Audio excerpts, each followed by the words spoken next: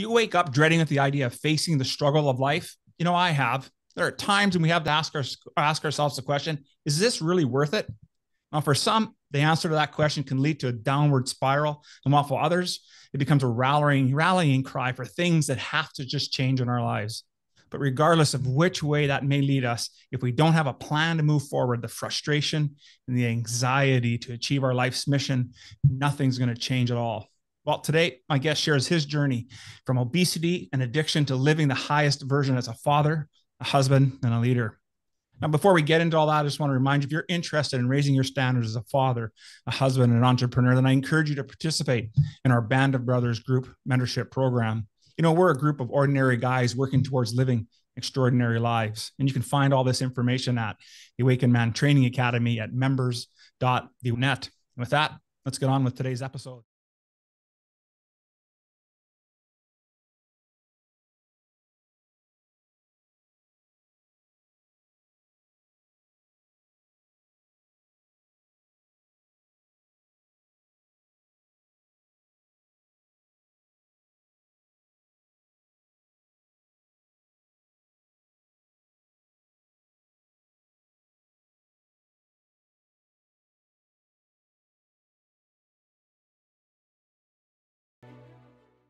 Welcome, everyone, to the Revolutionary Man podcast. I'm the founder of the Awakened Man movement and your host, Alan DeMonso. I'm going to ask you a couple of questions here. What part of your life do you struggle with? Is it health, wealth? Is it mindset, relationships, or maybe even your spirituality? What is your plan to move closer to living the highest vision for yourself? There are days in our lives when we struggle with the life that can be very daunting, and especially if you don't have that plan to help us move through it. Well, today we're going to lay the groundwork for you to begin putting that plan together. So allow me to introduce my guest. Dai Manuel is a super dad, dating his wife with a lead by example way of living and a contagious personality. He's on a mission to positively impact 1 million role models around the globe to lead functionality, fit life through education, encouragement, and community. And as an award-winning digital thought leader and author, Dai knows the struggle of the juggle. Can't wait to get into that. And keeping health and happiness as a priority. So today, we're going to dive into the 5Fs model that has built a solid foundation for health. Welcome to the show, Dai. How are things, brother? Alan, you know what, man? It's just getting better and better. This is like the cherry on top of my day. You know what I mean? Yeah, absolutely. It's been a jamming day, and I've been looking forward to this conversation for a number of weeks. And yeah, man, it's good to finally connect. It's great to be here. Yeah, absolutely. Me too. I love the passion of the energy. We were just talking before getting on air about creeping each other's website and our social feeds. And, you're doing some pretty profound work out there. And I love having these conversations and getting folks like you in front of, other men. And, as we do our work here at the Awakened Man, we always talk about all of us are on a hero's quest or a hero's journey. And so while I revealed a little bit about your story, really dive into a little bit more and tell us about that time in your life when you knew things had to change. What did you do and how that experience shaped you into the man you are today and the work you're doing? Wow. Let's just jump right in there, huh? And well, yeah, let's go way back. I feel kind of like the Friendly Giant. I don't know if you remember that show. Remember that? Oh yeah. I know we're of the same demo, right? So we can totally remember that. But anyways, pull up a chair, friends. I got a story to weave, but like in most of us, I've had a number of milestone moments, or as I often refer to, TSN turning points. And for the Canadian listeners, great. But for the Americans, it's the ESPN turning points. Those moments where the underdogs somehow rally to now become the victors, and it's those moments in our life where we are called to elevate, to evolve, or not. And I'm just very grateful that at those pinnacle moments in my life, I did choose to go a certain direction. And it was that direction of trying to self-actualize more, try to really align my life with the values that I've always said are most important. And not always very successfully, but at the end of the day, it's brought me to where I am today. And there's no regrets, simply a whole pile of learnings. And I am big on health. I believe health is the foundation upon any amazing life, or to take it from your ordinary to extraordinary life, right? For all of us, we need some level of health, but I believe it's holistic health, and I'm talking about mental health, emotional health, spiritual health, physical health, financial health. and so health is just not a fitness thing, right? Or a well-being thing. It's in everything. And I didn't come to that naturally. And, as a teenager, specifically when I was 9, my parents separated. And again, dating myself. So I'm 46, almost 47, staring down the barrel of 47, just a few months away. And so, I grew up in the 80s as a young child. And back then we didn't have the internet like today. As well, marriages, more importantly, divorces, were heavily stigmatized back then. There wasn't a lot of literature nor support for kids or even mothers, or fathers for that matter, when it came to divorce, because it wasn't something that was openly talked about. It was actually frowned upon. As an example, as one of 2 kids in my class of 30 kids, we were the only ones that didn't have their original parents still together. So it already created this little bit of awkwardness and like, oh, I'm different than everybody else. And, it doesn't take much to start to ostracize yourself, right? Start to pull away, become more introverted. And that certainly happened. And I realized my emotions and particularly my mental health. And, I can articulate this now, full disclosure, Alan, like I couldn't before, but I can now. But back then I was looking to just feel better, feel better about myself, feel better about my life, feel better about just being. And I learned very quickly, because I was left to a lot of my own volitions, me and my brother, because my mama had to work and she also went back to school to level up her education to support my brother and I. My dad doubled down. He was a workaholic. And so he really committed himself to his work. And, the every other weekend visit was very often turned into every other month, and my dad wasn't a phone guy. Right. So, we didn't have the closest of relationships. And I know you can relate to this, Alan, knowing a bit of your story. And that created a bit of a hole, obviously, in my development as a man, and more particular, going from boy to teen to manhood. And I sought, solace in things outside of myself.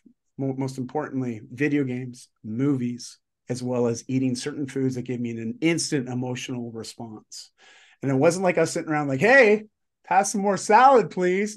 I was like, straight up, man. I was going for food that was very, very rich in calories, yet very, very poor in nutrient value. So we know enough about nutritionary sciences now. Okay. We know if we continue down that path, we're going to see some physical changes that maybe we don't want.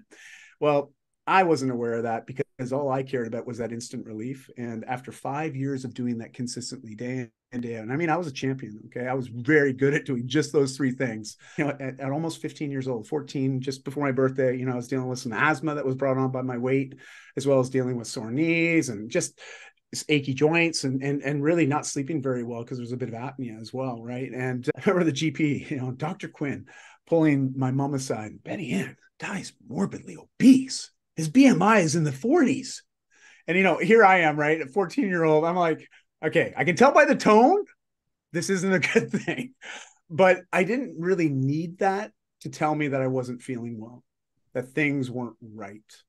I already knew that, And of course, being in that mental health place where I was dealing with feeling depressed quite often, as well as dealing with a lot of social anxiety. I didn't like being around big groups of people because I always felt people were staring and judging, which they were. It's not like I was just feeling that was happening, and school was also really hard. As I say, teenagers can be mean, but kids, man, they can be cruel. So that transitionary from grade school to middle school and then into high school eventually, there were some tough years there. And so obviously the ideations of man, wouldn't it be just awesome if I didn't have to wake up tomorrow? That became a more prevalent thought over time. I never acted on it, never believed I would act on it, but the thoughts were still there. And it was weird, man. Like, it was at 15, I was at my dad's place one weekend and I was in the bathroom and I was having a shower. And I had this hack, and I don't know if you or anybody that's listening or watching this can relate to this, but I was having the shower. And what I would do is before I'd get out of the shower, I'd turn the water on scalding hot. And I would do this because by the time I would get it, and I only have to leave it on for about a minute, but by the time I got out, the mirror would be covering condensation. And this is so I didn't have to see myself, especially naked. And like, just to also prove a point here, there's 2 photos I've been able to find through all the photos that my mom had in the albums and all that actually show me in that period of time of being at that weight. Like, that's how withdrawn I was from my own life at times, and I just think, man, kids today with the cameras are like freaking on their phones, social media. I mean, I just couldn't even imagine if I had to have gone through what I went through, almost 40 years ago now again, right? Like, wow. Anyways, I came out of that shower because my dad was rushing me. I didn't do my little hack, and I could see it in my periphery, me, and not just me, all of me, which was a whole lot of me. All right. And I locked eyes, and it was crazy. It was like the ugliest cry I've ever had. And I don't know if I've had an uglier one since. Mm-hmm. And it was uncontrollable sobbing, to the point where by the time I toweled off, I had to towel off again. It was just that much coming out of me. It was just like this breakdown moment. And to be honest, it was completely cathartic. Like it was the first time, not only was I looking at myself and seeing myself, but also realizing, holy smokes, it doesn't feel like me in that mirror, but that is me. And so there's a sort of disconnect, but also this extreme moment of ownership where I was like, holy crap, I did this. And I'm afraid if I don't make a change, life isn't going to be better than it is right now at 15 years old. Maybe I should do something different. And I came out of that bathroom, got dressed and went and found my dad in the living room. I'm like, Dad, I want to get healthy. I don't want to be like this anymore. Like literally grabbing the rolls around my belly. I don't want to be like this anymore. And thank goodness, this is a real positive memory of my dad. He was like, okay, what do you want to do? How can I help? I was like, well, can we get a bike? I like to buy a bike. I used to love biking as a kid. I remember the joy I would get from biking. So I was like, can I get a bike? Because I was like, I'm not going in a gym. I mean, hell no. It's all mirrors and steel and holy, talk about intimidation. I mean, it'd be worse than high school. So I wanted something that I could do on my own. And so got a bike. Literally that afternoon, we went out, we got me a bike. We came back and I went for a ride, and I made it like 15, 20 minutes tops, and then I was just knackered and I had to get home again. But I was like, I did it. I got 20 minutes in.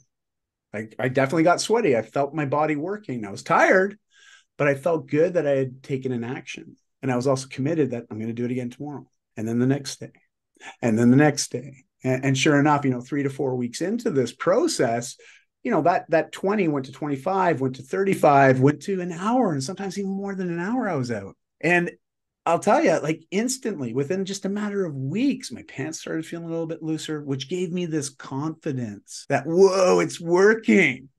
And then I was like, well, how do I do more of this? And I went to the library, got books out, right, on nutrition and fitness. And my kids, they're like, Dad, why don't you just Google it? Because your dad's older than Google, like they still don't quite get that. But, we didn't have that back then. You went to the library, you got books out, you talked to the librarian, like, hey, do you have any of these? And I remember riding with my backpack, just jammed, overflowing with books, one of which was Arnold Schwarzenegger, Encyclopedia Bodybuilding, right? Like just a classic, one of the first printings. And I just remember looking at the photos and imagining myself becoming healthy and fit and vibrant and smiling like these people in the magazines, and of course, idealizing and not understanding the industry at that point, that a lot of that is smoke and mirrors. But to a 15-year-old boy, trust me, they were extremely impressionable images, and they were things that helped me develop this vision of what I wanted to achieve. And I just kept going. Now, it took me 5 years to get that state of unhealth, and it took me 20 months to release it all. But once I released it, man, there was no going back. There was just no going back. It was like, no way in hell am I ever going back to that place again, because I could develop this new lifestyle and this new habitual lifestyle of me just prioritizing my health first. Now, back then it was physical health. I did all the external extrinsic work because my motivation was I wanted a girlfriend. All right. So I wanted a girlfriend, and if we dig under that, and we can dive into this later, but I just wanted someone to be able to look at me and say, you're enough, I wanted to feel like somebody wanted me. And at that point in my life, I didn't feel that, And that's so true. There's so many men that feel that, right? It was hard, man. And even like that was a feeling I carried through well into my 30s as well. Yeah. And what we can unpack that in a bit. But, at that moment, I believed that if I changed the physical, everything would get better. And it did in a lot of ways. Mm-hmm. But in a lot of ways, it didn't. But it still taught me a lot. It taught me, not only discipline and hard work can produce results if you're consistent and frequent enough, but more importantly, it taught me that change happens, and it can happen as soon as you want it to. It's not something you have to wait around for. And it's not something that you have to feel like a victim around. You can actually be very proactive and advocate for change for yourself. And for those that know the Canadian medical system, if you're not a good advocate for yourself, you're going to be waiting in line a long time.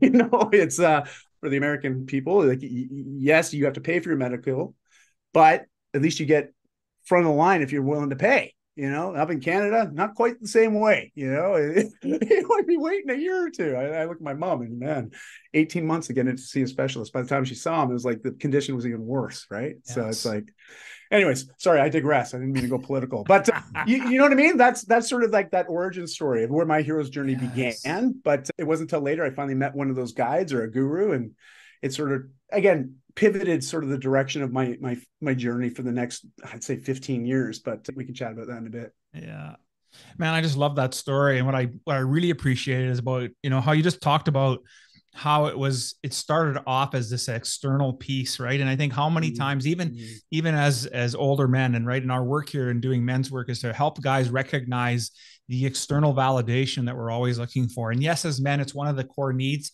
It's not something I think we need to work to get rid of. We need to work to understand that validation process. How much of that is truly external? And when you're at your lowest and you have that low self-esteem and questioning your worthiness, I think is such a key thing. And I'm a child of the 80s as well. And so I thought we were going to talk about some hair bands, but maybe. Yeah, totally. I mean, I still listen to them. Yeah, I hope, me too. Right. That's the workout track, right? Yes, it is. But just even thinking about the rest, that other part of that story where you talked about just how being part of a divorced family is in the 80s was truly uncommon. And it's unfortunate that today that's so much more common. And I agree with you. I think my children today, they're 33 and 30. They struggle more because of social media and these aspects of life than we ever. And I just say, thank goodness we didn't have to deal with that. Yet we still had some pretty brutal stuff. Like I can remember, my parents moved from one small town in Saskatchewan to a little bit larger mining town. And just as I was going from grade 7 to grade 8, and of course, the new kid in town, I had that first year was really literally fighting my way through to find some common ground of where, okay, don't mess with the new kid anymore. And I think the way things are today and how society sees us as men and our work. And you talked about not just having this holistic idea of health is not just about our bodies, yet many of us guys, this idea, it used to be cool to have dad bod. That to me was just, wow. How can we even think that that's a cool thing to have? Yeah. Right. And it starts with that. And I liked how you also, how you use that as a catalyst, but it wasn't the be all end all. And you've expanded from that. And so, sounds like you've had to work hard through all of this. So what would be today as you're working with clients and that, what's the best way that you would tell somebody and how to manage change in their life? It's a great question. I think it's always trying to understand what's our initial relationship with change, our beliefs around change, and more importantly, our experience with change. Again, as we mentioned, 80s, 1982, great movie came out, Indiana Jones, Raiders of the Lost Ark. Okay. Everybody remembers that movie. Awesome. I just rewatched them because I want to get ready for the new one, right? So I had to rewatch the series, obviously, to get in the right mindset. But long and short of it, in the first 10 minutes of that movie, some of the most epic scenes ever. In particular, Indy's there and he's got this idol and he's got to escape this cave, right, that he's been trapped in and sort of sabotaged into.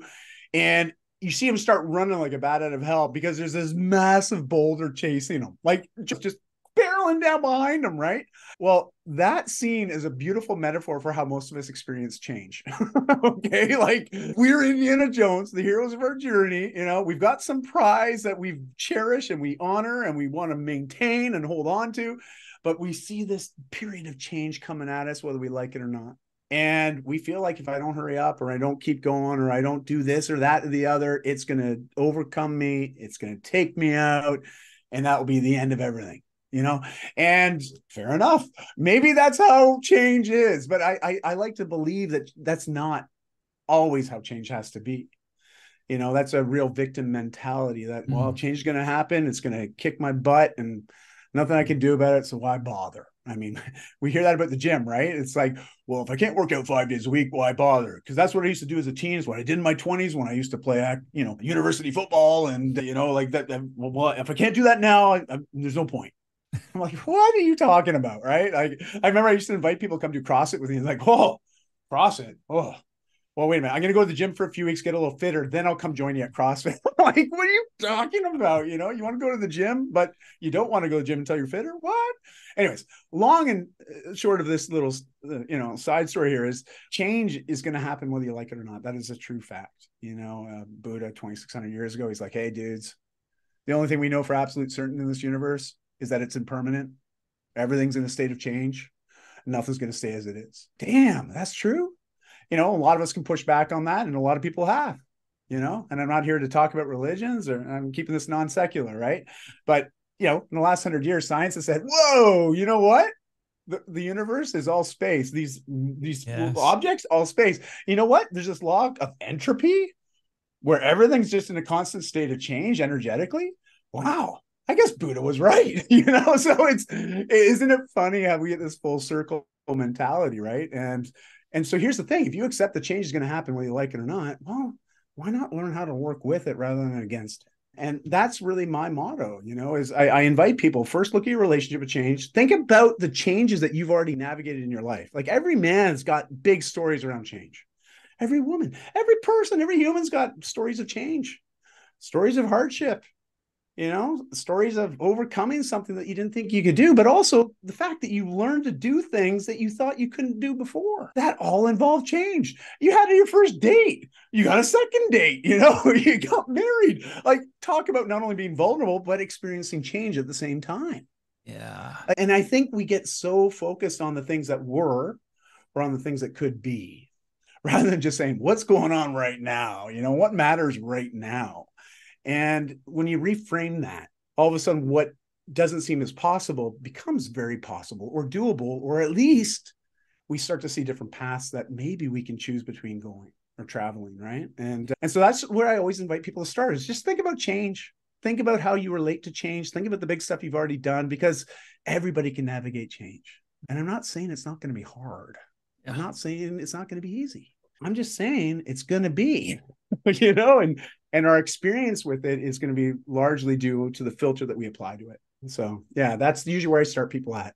Yeah, I like that. I really like how you're shaping that in terms of and framing it around our belief structure about change, and it totally is. Now, maybe you used a little bit of that fear motivation to get you going, but it's used in a positive framework as opposed to that victim mentality like you're talking about. So I really like that, and I like the idea also about using the, you know, looking at our relationship for that change, because one of the things that I find in doing this men's work is that lots of guys, you know, and even me, I'm still guilty of this at times.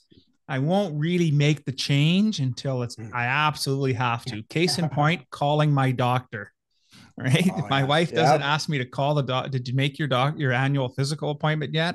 No. We just have these parts in our life where we're pretty much on it. And then there's other aspects of our life where we just choose not to do it for whatever reason. If we can look at our relationship to change and start to model how we use it proactively and start pushing and using that work in other aspects, we can have such a much more dynamic and expansive life. So I really appreciate how you're framing that. Thanks. And well said. You know, you bring up some great points there, and it's interesting because change, it is what it is. And I know that seems like a cliche and a cop out, but it really is what it is. You know, change is change. It's going to happen. I can honestly say that there's been some big pinnacle moments where I've always been presented with a choice. I could go left or I could go right. I could go up, I could go down, I could stop, I could turn around, I could go back. You know, like there's always a choice. But I chose to go the directions that I did for a good reason. And sometimes we just have to trust our instincts, trust our gut, trust our values, trust that we're going to make the right decision, you know? And if we're worried that we're not, well, that's where getting a community of dudes so you can talk about some of this stuff and all of a sudden realize it's like, well, man, I'm having this problem with, and here's what I'm dealing with, you know, and all of a sudden you got a guy across the table like, oh, man, I dealt with that 3 years ago. Here's what happened, you know, like, and it's like, whoa, you mean I'm not by myself in this deal? You know, like this isn't just a me thing. It's a we thing. It's like, wow. Right. And I think that was the biggest epiphany I've had in the last, I'd say 8-9 years, you know, it's like when I started opening up about some of my challenges with change and trying to make certain positive changes, I started talking to other guys and I'm like, and everyone's like, oh man, I'm dealing with that too. And it's like, why don't we ever talk about this and mention that we're all dealing with this? Because I think it's better way to find a solution together rather than trying to figure this out on our own, you know? And it's remarkable. Yeah. once you start opening up about that, dialogue wise, right? Yeah. Well, there's a Hindu proverb that says, "When you help your brother's boat, get across the shore, you get there as well, right?" And so the challenge is that we think that we need to be lone wolves. I got to figure this out, and we have Mm, this misguided belief of, coming from the '80s, right? That mm, macho idea of what a man is to be was to be that Indiana Jones, pretty much doing it all by himself, right? Or yep, Schwarzenegger and Stallone and his movies, but yep. it's a caricature of one aspect. Yes, Mm, we have to have the ability to take action and positive action and move our life forward, but it's not all of who we are. And I think today men are starting to recognize that we are more than one piece or one aspect of our mm, life. And so while I say that and I think about how much you've been through in your life today, what's mm. alive and real for you in your life right now? Well, it sounds like you've gone through what I'm going through right now already. You mentioned your kids, I think it's 30, 33. Is that what you Yeah. said? Okay. So my two daughters are now 18 and 20. And my eldest moved out, last year, and she's off at university and also moved in with her boyfriend and just starting her life, right? Her life separate from mom and dad. And now my youngest has been accepted into university, just graduated high school, and she's herself is about to move out in August, head off to school. And so my wife and I are finding ourselves in this very transitionary phase of like kids at home, but they're not really kids. They're young adults and they want to be out on their own. And it's like a cliche just unwinding in front of me, because I think back to my own mom when I moved out and just what I went through, because I moved from Ontario all the way to Vancouver. I was like, peace out. I'm not going to stick around here anymore. I want to move to the mountains. And school was an excuse to do that, right? And here I am, like, man, I don't know what to do with myself. Okay, like it is a scary time, right? Like it's just been such a big part of our life for the last couple decades, and so that's really alive and real for me right now. My wife and I are having a lot of conversation and dialogue around this, like what's life going to look like come the fall, and we're not 100% sure, and we're okay with that, but it still leaves a lot of room to think up things that will probably never happen in my mind. So my anxiety is definitely heightened, and Sure. so that's alive and real for me right now. If I'm just being completely transparent, that's just sort of what I'm navigating. Ah, man, love that. And absolutely, that is a huge transition, right? When you're used to having that family, structure and all that going on and the energy. And even though we're not, I think all of us as parents, right, we go from that phase where dad's cool, dad's not Yep. cool, and then dad's cool again, and it's when they come back and you're cool again. They want to hang out, they want to spend time with you. They actually want to hear your opinion is great. Is so awesome. And I can't wait for you're probably already experiencing that now, but even more so as their lives evolve. So I look now, forward to that. I look forward to yeah, that. it's a lot of fun, my friend.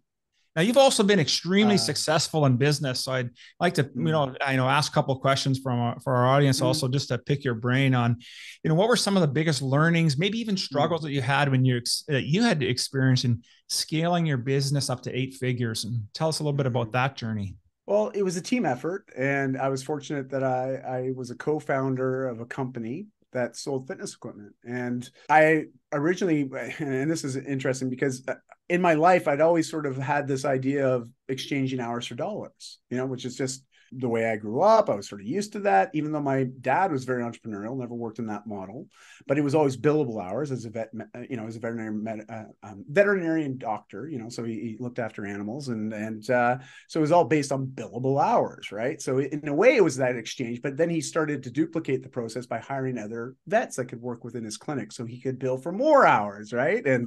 And so watching him sort of transition and grow that business was always a part of my life. And so that was some good modeling and mentorship with that. And then with my mom on the flip side, she always had a side hustle. She was an RN. So it was hours worked, certain amount paid, right? Work extra hours, get a little bit of extra pay.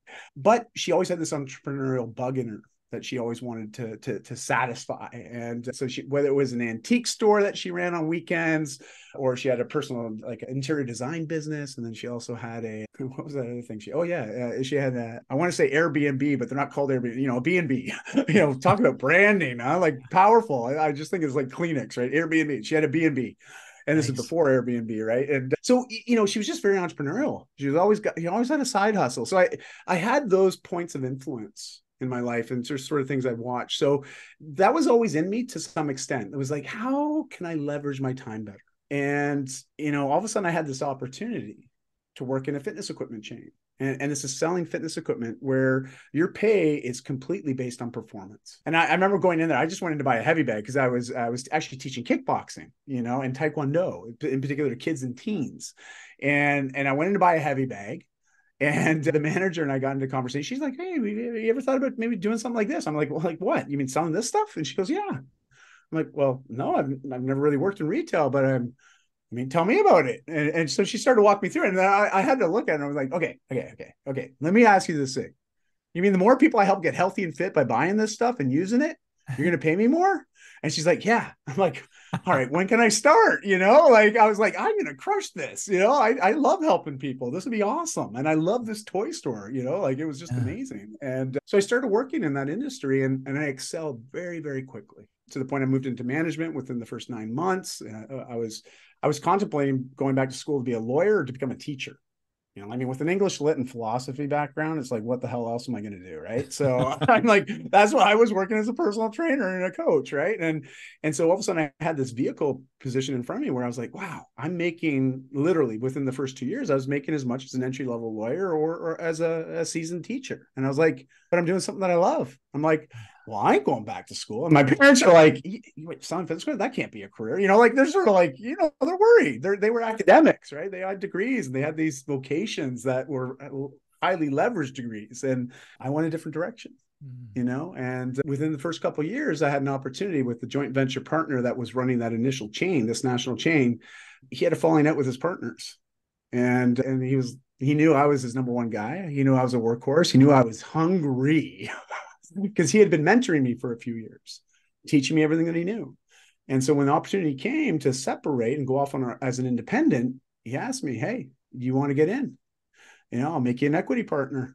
And it was sweat equity because I didn't have the money to do it. I was starting, my family was really young. We just had our first baby, it was just trying to build a life. Right. And I was like, "Whoa, you mean I can be an owner and I can have something? I can have this stake?"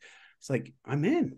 Let's do this. And quickly, within about 6-7 years, we were one of the largest retailers in Canada, and we're, doing commercial wholesale. We were sourcing products from Asia. So doing manufacturing overseas and distributing in Canada. Started doing a lot of retail out of 8 retail locations that we eventually expanded to, and e-com, I was there during that whole rise of e-com, and us just trying to figure it out. Cause it's not like we're shipping little widgets, right? That's a friggin' 500-pound treadmill. How the hell do I get that to Alberta from BC? So there was a lot of learning, but the hardest thing for me, to be perfectly honest, was stepping into a leadership role, especially as a guy that was in his mid to late 20s, all of a sudden with all this responsibility thrust upon him. And, hiring a bunch of different types of people as new stores expanded and bringing on contractors and all that. And now they're answering to me, and because I was the go-between, the CEO to everything else. I was really handling the operation side of things. And it was a lot. And I made a lot of mistakes, because I didn't know. I just didn't know what to do, I was sort of figuring it out as I go. It was really nice because the mentor that I had, he was 20 years my senior. He'd been around the block many more times than I and been in this industry many more years than I. So he had a good handling on things and was very good at coaching me and supporting me. And, after a number of years, it got to a place where he didn't have anything else to offer or teach me. I was actually the one leading the online presence, really fighting. Let's stop advertising in the newspapers and on the radio. Like, hello, that stuff's crap. It doesn't have an ROI like it used to. You hear this thing called Google? Yeah, let's do Google AdWords. Let's do these ad campaigns. Let's do Facebook. Yeah, Facebook marketing. Let's do that. And it was just interesting because of that generational gap. It wasn't necessarily easily adopted, but eventually it was. It got to a place where it's like that was now our only way of marketing. Yeah. Along with events and etc. But so it was really neat to see that business grow, and it did. It got to a peak of about 8 figures a year, and shortly after that, I gave notice. I was like, I'm out, and I didn't leave at a highly profitable time. I mean, my equity position was not like something to retire on, but it was enough for me to make some changes. But between you and I, if I still didn't get that payout, I still would have made the changes. Like my wife and I were very decided that this wasn't the path for me any longer, and us. And there's some toxicity in the workplace, and I just didn't feel I had the energy nor the want to change it. And when I knew that about myself, I knew it was time for me to leave, because I couldn't help the company get to that next level. And it was largely due to the fact of the leadership dynamic that was present. And we agreed to disagree, and we had a divorce. They kept the house, and I just went on my own. So, and it's been great ever since. And that was 8 years ago. So yeah. I know I covered a big span there, about 20 years, but it was a great learning, and I gained a lot of experience, but I eventually matured as a leader as well. And it's what's allowed me to really step into this new place that I'm in now. Yeah. What I really appreciate about that story is just really how you leverage your mindset. And I just kept thinking as you started to tell the story, what would the 15-year-old Dai have said with it if this opportunity had come?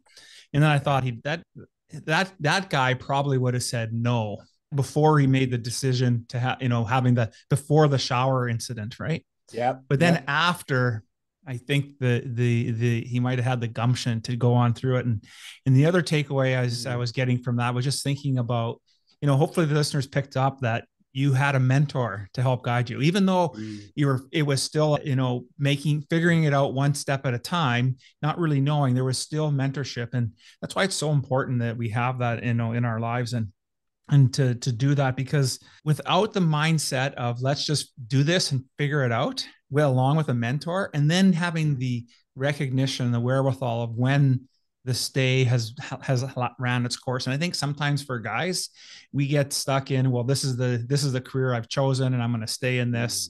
And maybe, I'm a little bit older than you are at 57 here. So, that tends to be a little bit more my generation, I'll say. We're not quite as mobile as my kids are in their early 30s. But the thing is that we need to recognize, have we been able to give and take out of that learning experience, ready for that next level and take that next piece? Because I think that's really where that struggle, you talk about the struggle and of the juggle of life. And is that really what you're getting at when you talk about that, or are you really getting at other things? Well, I think we have a tendency, and sorry, I shouldn't use the term we, but I'm not trying to generalize all men into one bucket, but I'll say that for a lot of us men, especially just in the conversations I've had over the years with hundreds of different men, and I'm sure you can validate this too, is there's this part in us that's hardwired, right? It's in our DNA. As much as in the human species is very resilient. I mean, we're really good at surviving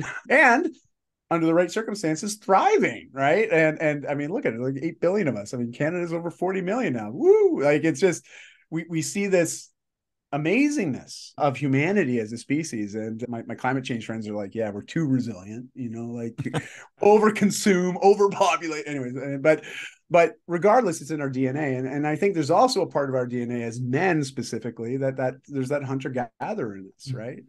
That protector, that want to be more, to do more, to provide more. And as such, if we ignore that drive, we will often create a bit of a void, and we're going to fill it with something, and the struggle with the juggle, is really this idea of constantly saying yes in that search of something to fill that void with. And I was very, very much in this place where I just would say yes to everything, and a lot of it was ego decisions. It was me being like, well, that they must think I'm the dude, I'm the guy. I'm like, of course I can do that. Yeah, I can do that. Oh, can you be at this event? Yeah, I can do that. Oh, hey, can you help me with this? Yeah, I can do that. Because I'm the guy, I'm the dude, I'm the man, like whatever cliche you want to throw at me right now. I was pretty much wearing it. Right. But there comes a point where you're just so spread thin that something's got to give. And for me, it was me just having this justification that I'm doing so much for everybody else. I need some time for me. And when I have that time for me, I want to chill out. I want to relax and have a couple drinks. And I started to manage a lot of the anxiety and some of the depression, some of that overwhelm with drinks, a couple every night. I'd be like, oh, hey, guys, you want to go out after work? Great. And we'd have one round, and I'd be like, well, I finished my drink first. Well, let me buy another round. That gives me permission to have another drink, and suppliers coming to town. I go to trade shows. And eventually I had this little moniker, this nickname, Fun Guy Dai, because I was a different person when I drank. I was very fun. I was, all the inhibitions went away. That naturally introverted kid that that was, dealing with social anxiety as a morbidly obese teen, it was not even present in my mind when I had a few drinks. 2, 3 drinks in, it's like, I don't even remember that story, that person. I can be somebody completely different. And that became who I believed everybody wanted to be around more than the guy that I was. And that's where things really get unruly, right? It's like I'm living this dual image, dual life. On one side, I'm like, nothing matters more than my family. I love my wife, my daughters, my communities. And meanwhile, on the flip side, I'm doing all these things that is, quite frankly, the opposite, from a value standpoint. And so I had this internal struggle of constantly juggling the focuses, the attention, and my commitments, because I don't like to use time management really as a term, but more so commitment management. It's like, how do I commit to use this gift of time? And I struggled with that. I was spread so thin. I dealt with burnout. Eventually, an autoimmune condition sprung up that was probably always there, but I really triggered it, in my 30s, and just got to a point where I just couldn't do it anymore.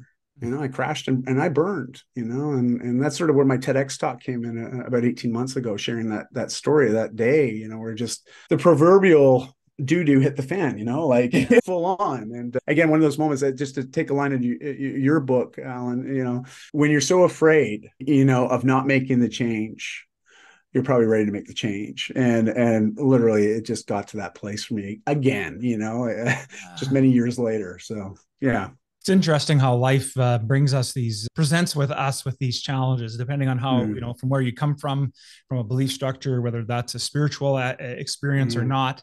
Regardless, I think it's always interesting how life always gives us at the right time and with the right amount of pressure in order for us to make a change and a shift somehow in our life. Sometimes the changes talked about at the start is for good, and we do good things with it, and other times not so much. And I think, when you talk about, and we started this conversation today talking about being good enough, how we struggle through that. And even as successful as we can be and successful as you are, there were still times in your life where you struggled with being good enough, right? And I don't know if that's necessarily something we ever truly get over. I think especially in today's day with social media and everything, and we use it for our businesses, right? It's a necessary evil. But I can tell you, launching the men's work here, and doing my posts and check in and say, ooh, how many likes did I get? How many shares did I get? Now I do my best to look at it maybe once or twice a week, for programming the content to go out, and then really the next week, because it's not it doesn't define who I am. Yes. Right. If I'm going to sit there and look at this and say, well, geez, I don't have as many shares and likes as Dai has. Well, I must be a piece of crap, right? Well, it has nothing to do with that. There's lots of things that are going on at play. And I think that when we can recognize that as men, to stop looking for external validation and really look internal, we can create a lot of great change, just as you're doing with your work.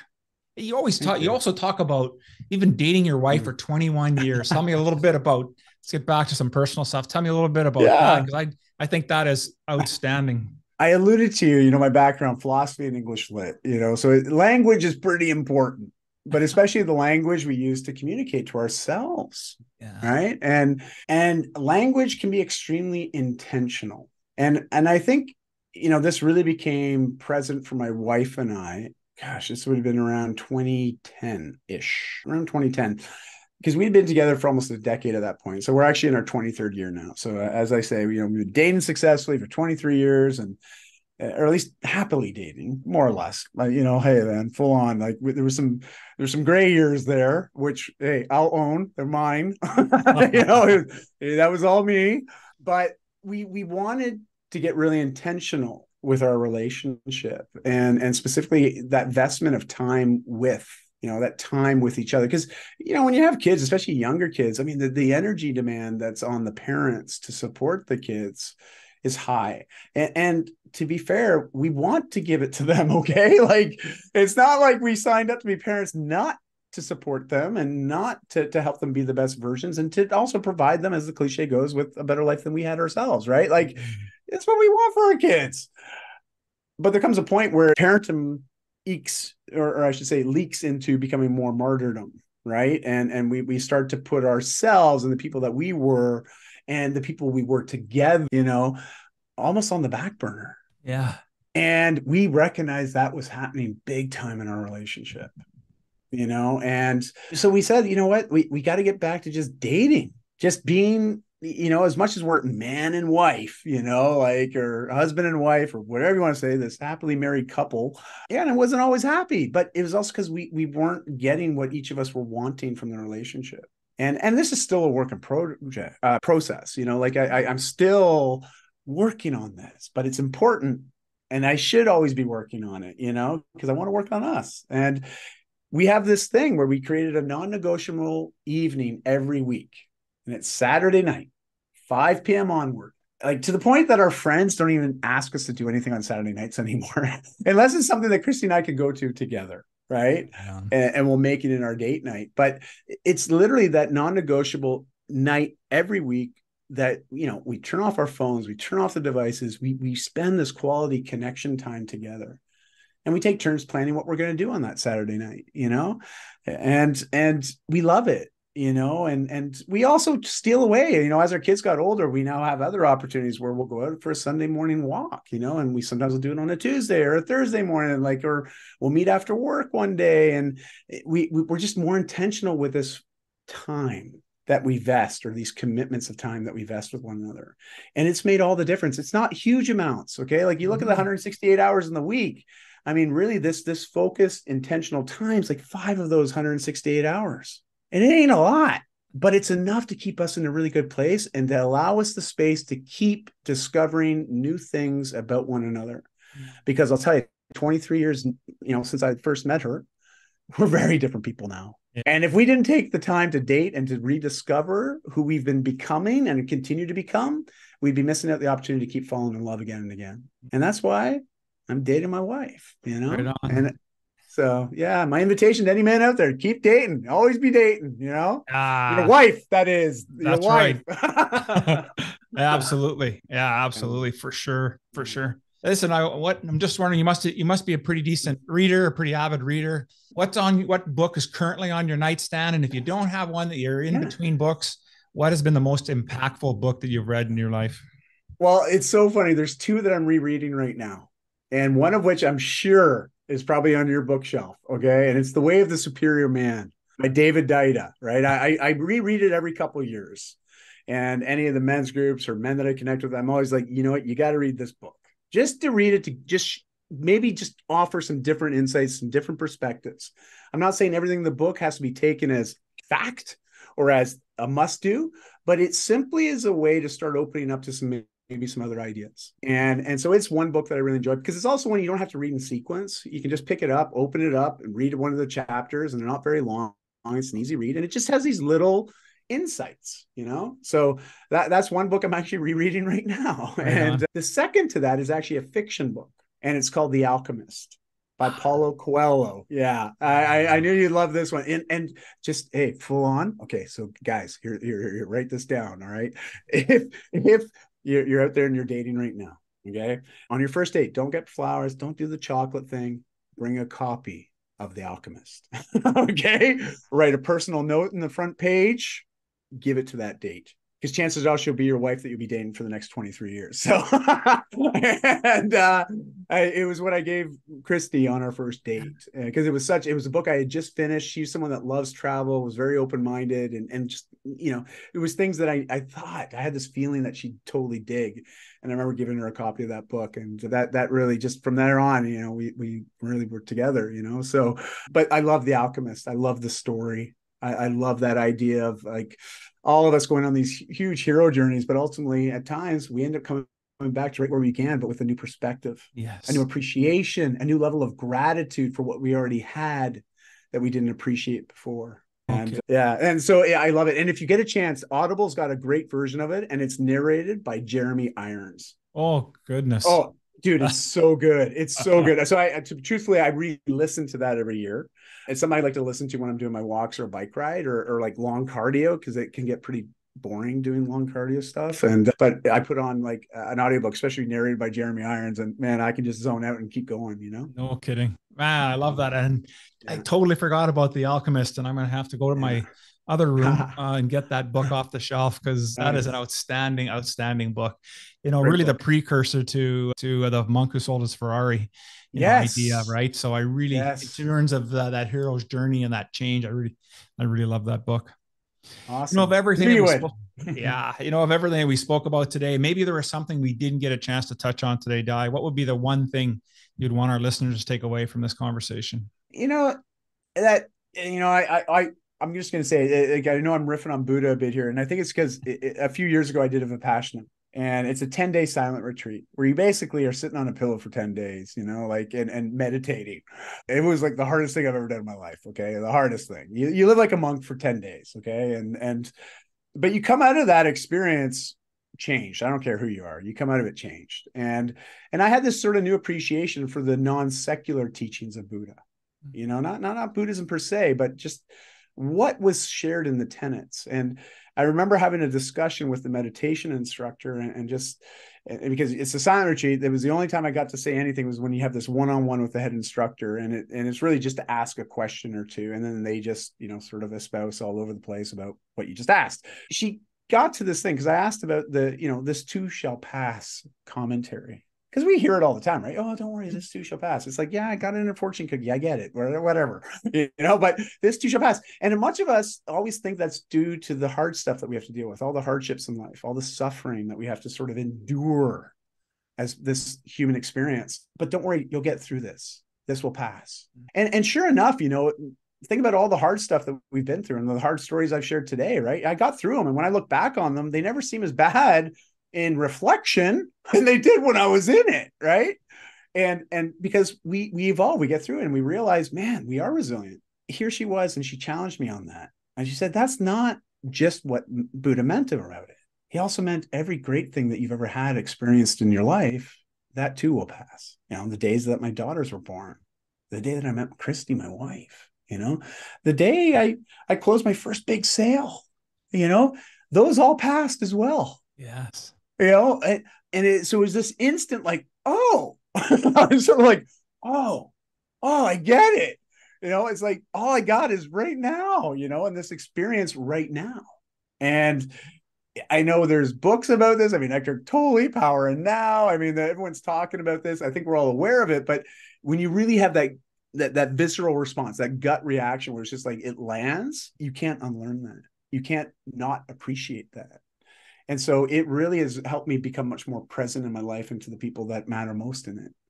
And so, yeah, that's what I like to leave people with is, just maybe go on a Vipassana. I mean, that might be extreme, but find a good community of mentors like what you've put together, Alan. I honestly feel that is a wonderful place for men to begin, because you know what? This whole idea of this too shall pass is a lot easier when you're going with a big group of guys. Yeah.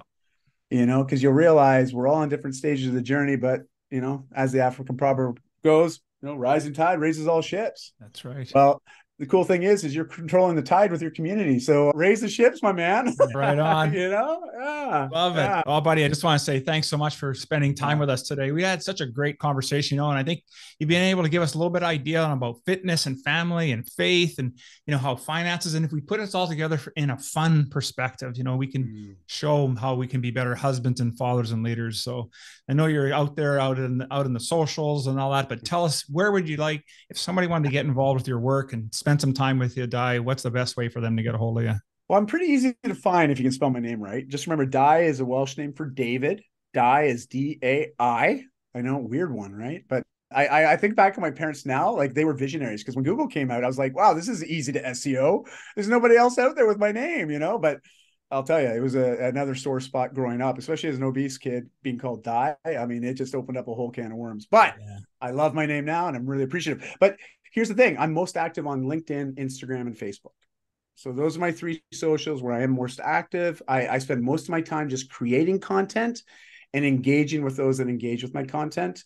I don't spend a lot of time online otherwise. I made a decision to protect my mental health years ago, so I do apologize for that. So if you send me a message, do note I will get back to you.